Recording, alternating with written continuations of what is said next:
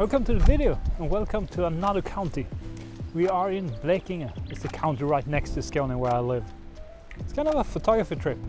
We are going to do two things tonight, or today. First, it's the first time I'm going to stay over in my camper van. I use that term very loosely, but we are going to stay overnight, or try at least. Secondly, I'm going to practice my large format photography, but I'm not going to use my large format camera. I'm going to use my digital. Let me explain. The biggest hurdle I've had with large format photography is actually framing subjects and doing the framing or composition. It's been a big issue for me. I used to just put up my hands and kind of try and pre-visualize images, both with my digital and with my 6x6, my Hasselblad camera. It doesn't quite work with the large format because I usually do that and I kind of have a hard time visualizing the top of the image.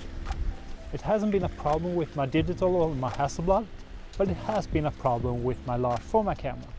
So what I got with me today, that we are trying out today, is this. This is called a ViewCatcher. It's a painter's tool to help visualizing compositions. And it can be used for photography as well, of course. I suppose you could make one of these yourself, but they're fairly cheap, so I kind of just bought one. So let's try and find an image and I'll try and explain precisely how I'm going to practice my large format photography with my digital camera. Hope we can find a couple of images today.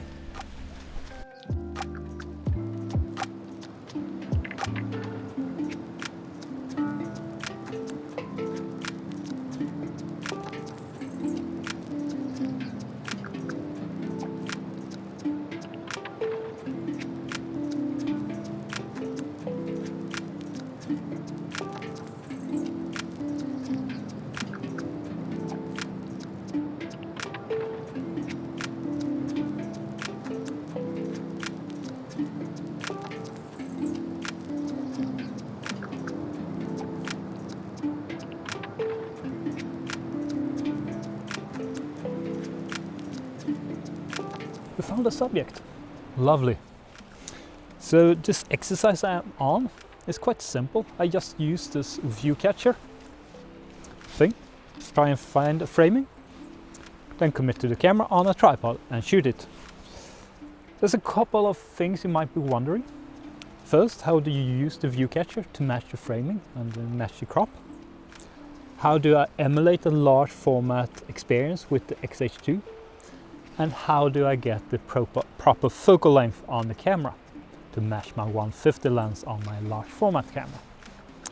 Let's start with the latter there.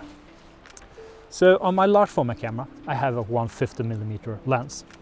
That is your standard focal length for that format. You would be forgiven to think that, well, that's just 50mm on your full frame equivalents or 35mm on this APS-C camera. However, that is your field of view.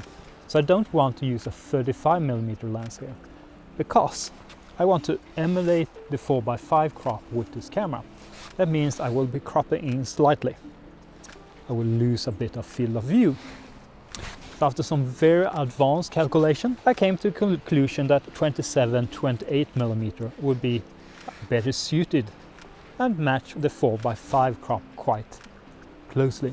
And I just so happen to have a 27mm prime lens I'm using. I want to use a prime lens due to two reasons. One, I want to get 27mm precisely, and that isn't marked on any of my zoom lenses.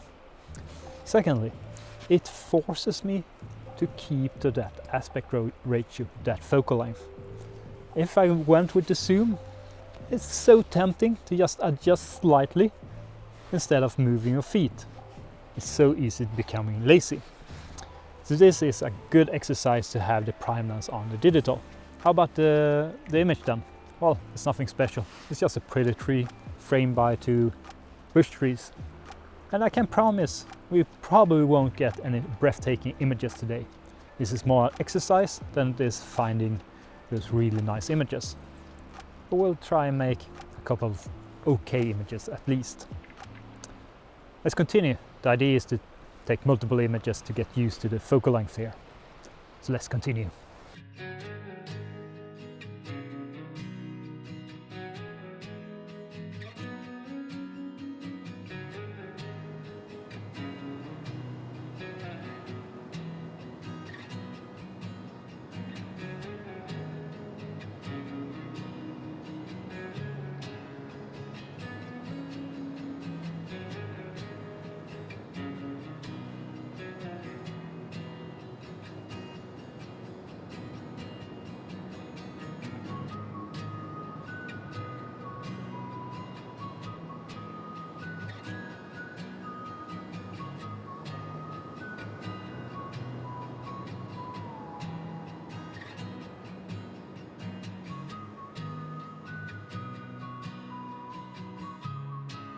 So I kind of wanted to do a piece to the camera there at that lovely little table in the setting sun. It looked quite nice as I had my dinner, which was a lovely little chicken wrap from the local supermarket.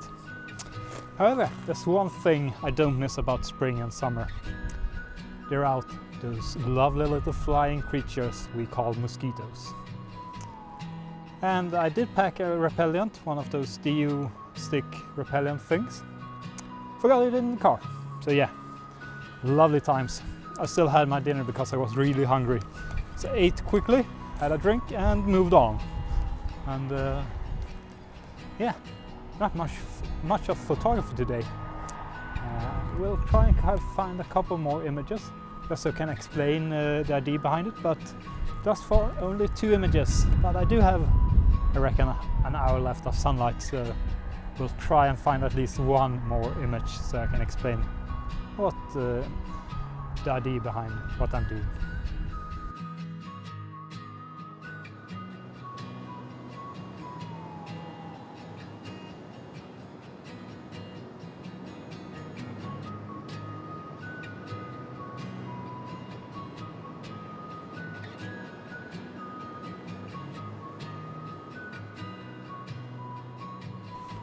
So we made it to sunset. The sun is setting over there. I'm not shooting that though. We're shooting some rocks instead, because I'm not a big fan of sunset images. I find them a bit to be honest with you. But your opinion might vary, and that's okay. Anyhow, I'm shooting a couple of rocks that I find slightly interesting. It's nothing special. This is more exercise in composition using this. Well then, how does this work actually?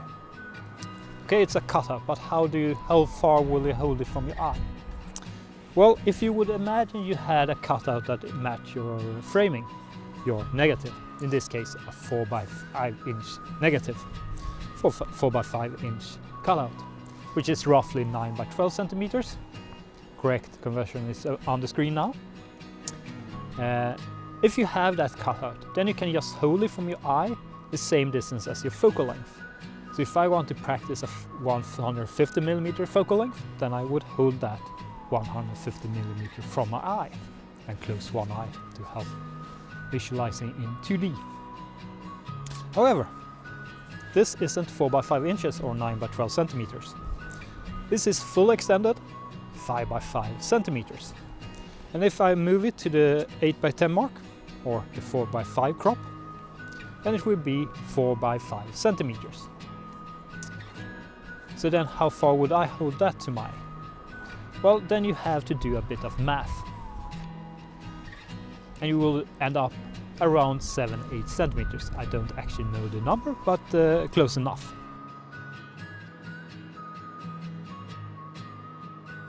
So then if I hold it about 7 centimeters from my eye, that will give me a rough estimate. Close enough and good enough to then commit to the camera. So that's how this works. And it works quite well. It's a lot of practice then, and hence why we are out today. You need to practice this quite a lot to get the hang of it. And now we are starting to lose the light. The sun has just about dipped down behind the tree line there. So I'm glad I took the image.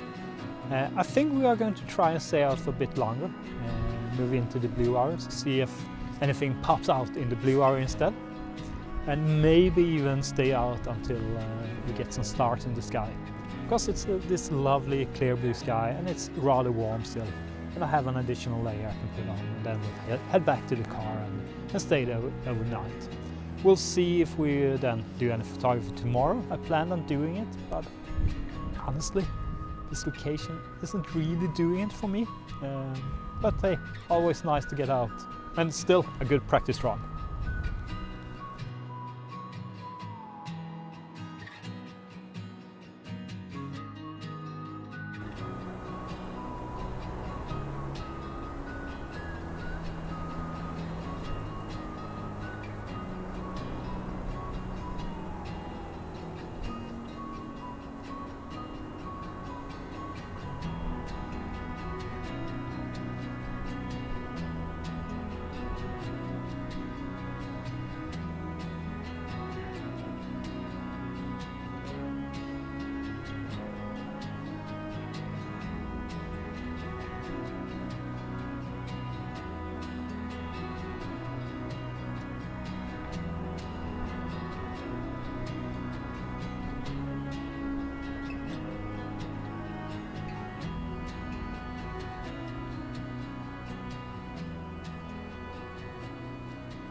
So yeah, we made it back to the van. So didn't do much of stargazing or nighttime photography.